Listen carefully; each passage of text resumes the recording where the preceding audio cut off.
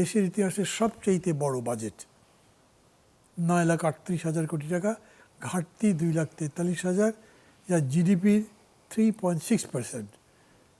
Budget ঘাটতি অবশ্য আন্তর্জাতিক মানদণ্ডে খুব বেশি না, কিন্তু সব মিলিয়ে আপনার কাছে কীরকম লাগে বাজেটটা এখন? আমি বলবো যেহেতু একটা পলিটিক্যাল গভর্নমেন্ট, তাই না, এবং তাদের অনেক ম্যান্ডেট ম্যানিফেস্টোতে ছিল, অতএব পলিটিক্যাল গভর্নমেন্টের বাজেটটা ফিসকাসের একটু এক্সপানশনারি সাধারণত হয়।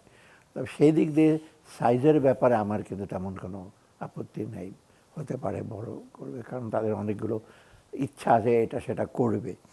আর অপরদিকে তার মানুষে বলেছে একটু কন্ট্রাকশনারি হয় এটা এই সেন্সে, এবং বাজেট ডেফিসিট 3.6, সেটা বিরাট কিছু না।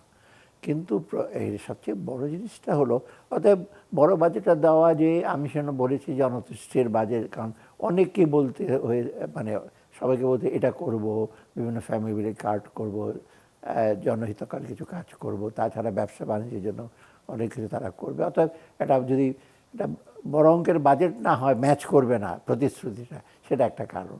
এখন সবগুলো করতে পারবে কিনা বা করবে কিনা সেটা পরের প্রশ্ন আছে। সেটা বাজেটের একটা চ্যালেঞ্জটাই হলো বড় বাজেট, বেশ বড় আমরা দেখেছি, এবং সেটা বাস্তবায়নটা একটা বড় জিনিস। এবং বাজেটের সবচেয়ে বেশি, সরকারি বাজেটের সবচেয়ে মূল বেসিসটা কিন্তু বাজেট প্রণয়ন কিন্তু শুরু হয় রিসোর্স কমিটি দিয়ে, যে আমাদের কী রিসোর্স আছে সেটা তো প্রথম মিটিংটা তখনও হয় যে আমরা এত টাকা আমাদের প্রয়োজন। সেই সময় প্র্যাগমেটিক ওয়েতে রিসোর্স মোবিলাইজেশনটা, যে আমরা এত টাকা ইসে করতে পারবো, কিন্তু সবসময় একটু অ্যাম্বিশাস ইসে থাকে। তো এইবারও তাই, যে বিরাট একটা কাজ করব, অনেক কর্মকাণ্ড করবো, তাই বিরাট একটা বাজেট, কিন্তু সেগুলো মোবিলাইজ করা, এই সম্পদ আহরণ করা কিন্তু একটু ডিফিকাল্ট হবে। সম্পদটা দুই দিক থেকে আসবে, একটা হলো দেশীয় আর একটা বাইরে থেকে, দুটাই তো চ্যালেঞ্জ। এখন আপনি কী ধরনের বলবেন? আপনি যেরকম বললেন যে এত সম্পদ মোবিলাইজ করা ডিফিকাল্ট হতে পারে, এইটা কিন্তু সবাই বলছে। এবং আপনি এটাও তো দেখেছেন যে সিপিডি যেটা বলেছে যে বরঞ্চ এই ধরনের একটা মানে খুবই উচ্চাকাঙ্ক্ষী বাজেট করার বদলে রিয়েলিস্টিক একটা বাজেট করা উচিত ছিল, যেটা আমি পারবো। যেহেতু তারা 5 বছর ধরে থাকবে, তাহলে প্রথম বছরই এত বড় টার্গেট করার দরকার কি? এর মধ্যে আবার অর্থমন্ত্রী এটাও বলেছেন যে তারা 4 বছর পরে টার্গেট হয়তো পৌঁছাতে পারবেন। প্রথম 2 বছর তাদেরকে অনেকটা জেস্টেশনের মতো যাবে, তারপর 3rd ইয়ার থেকে শুরু করবেন, 4th ইয়ারে হয়তো টার্গেট পৌঁছাতে পারবেন। সেই বিবেচনায় এই বাজেটকে আপনি প্র্যাগমেটিক বলবেন? আমি বলবো যে কিছুটা প্ল্যানিং, মানে যেটা অ্যাটিচিউডটা ওদের হলো একটা রোলিং ইসের মতো, রোলিং প্ল্যানের মতো, যে প্রথম বছর আমি করতে পারবো না, সেটা পলিটিক্যাল গভর্নমেন্ট তো সেকেন্ড টাইম করবে।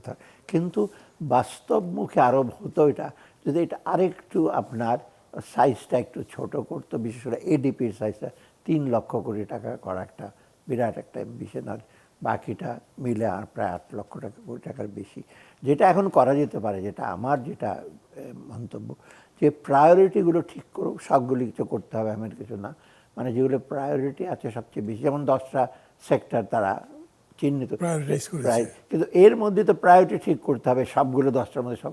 যেমন আমি একটা দেখলাম যে স্বচ্ছ জবাবদিহিতা ইনশিওর করবেন, ওটা কিন্তু টাকা পয়সা দরকার হবে না, ওটা হলো আপনি সিস্টেম চেঞ্জ করবেন, তাই না, রিফর্ম করবেন, ওটা ঠিক আছে। কিন্তু বাকিগুলো কিন্তু আপনি সব কিছু করে ফেলতে পারবেন না, যে আপনার সোশ্যাল সেক্টরে নানা রকমের সোশ্যাল ওয়েলফেয়ার কাজ করতে পারবেন। আপনি প্রায়োরিটি করেন, ঠিক আছে, কয়েকটা কার্ড দিলেন, সোশ্যাল সিকিউরিটিটা একটু ঠিক করলেন, তারপরে ওদিকে স্বাস্থ্যতে প্রায়োরিটাইজ করলেন, স্বাস্থ্যতে সব কিছু করে ফেলতে পারবেন তাও না, শিক্ষার ব্যাপারটা। অতএব ওই উইদিন 10 সেক্টরের মধ্যে আপনি বিশেষ কতগুলো জিনিস নেন। তারপর এটা যেটা হবে কি, এর মধ্যে যদি আপনি 60% যদি ইমপ্লিমেন্ট করতে পারেন, লোকজন কিন্তু খুশি হবে। আপনি 100% পারবেন না, এটা প্রয়াস করাও ঠিক হবে না। অতএব এই যেটা 60% করে বাকিটুক রোল করেন, পরের বছরে যান, কিন্তু একটার সাথে একটা কিন্তু আপনার যেটা বলে ডাফটেল, একটার সাথে একটা কিন্তু সম্পর্ক রাখতে হবে, বিচ্ছিন্নভাবে করলে হবে।